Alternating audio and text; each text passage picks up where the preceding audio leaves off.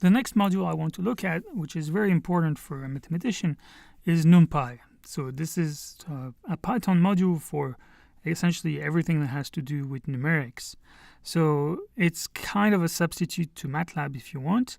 And if you have a MATLAB course, you can always use NumPy instead to do pretty much the same thing.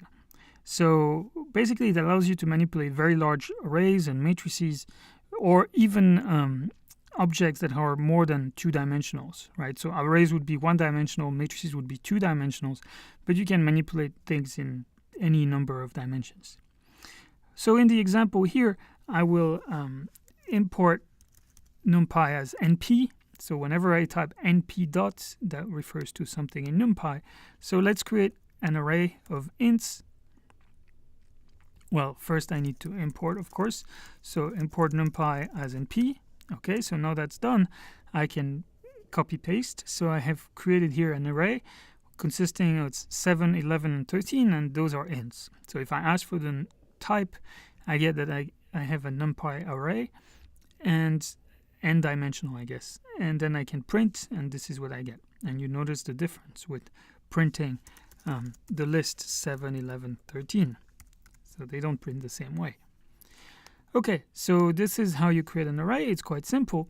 You can also create matrices. So this is an example of a matrix. So I have A and M, and you can see that I have those two matrices like this.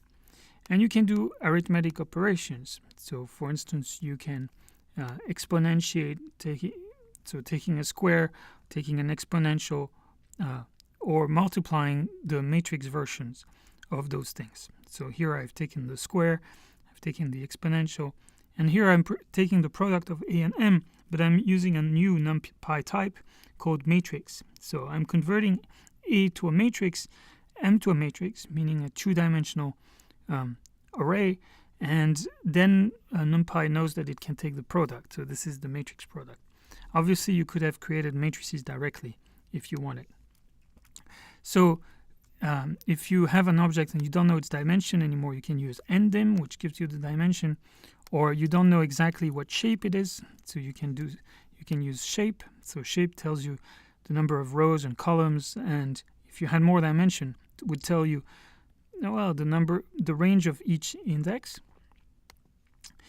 You can use square brackets to access specific parts.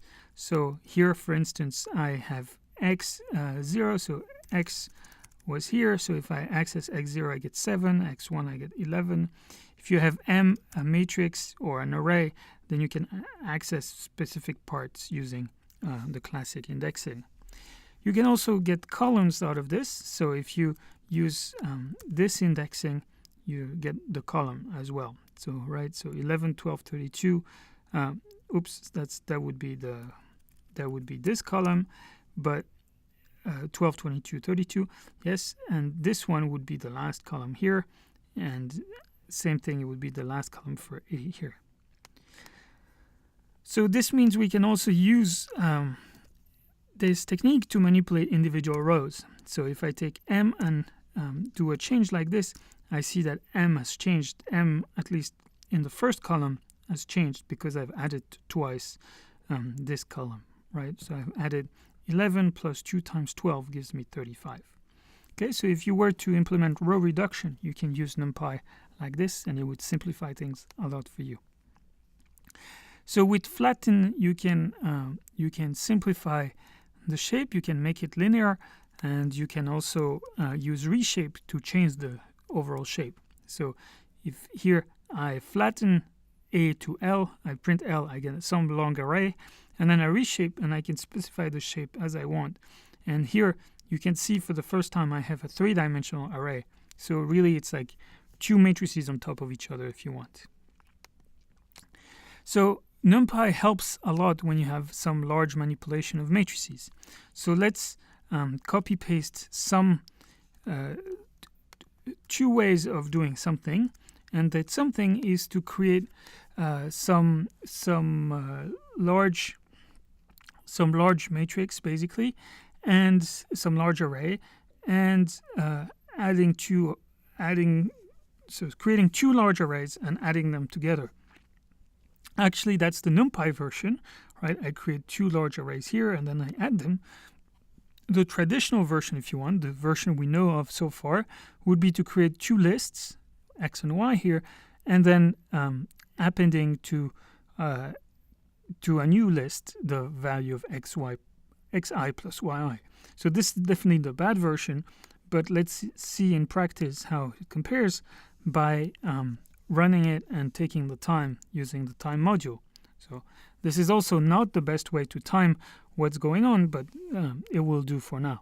So if I use the traditional version, it would take 2.7 seconds, while if I take the NumPy version, it would take me 0.05 of a second.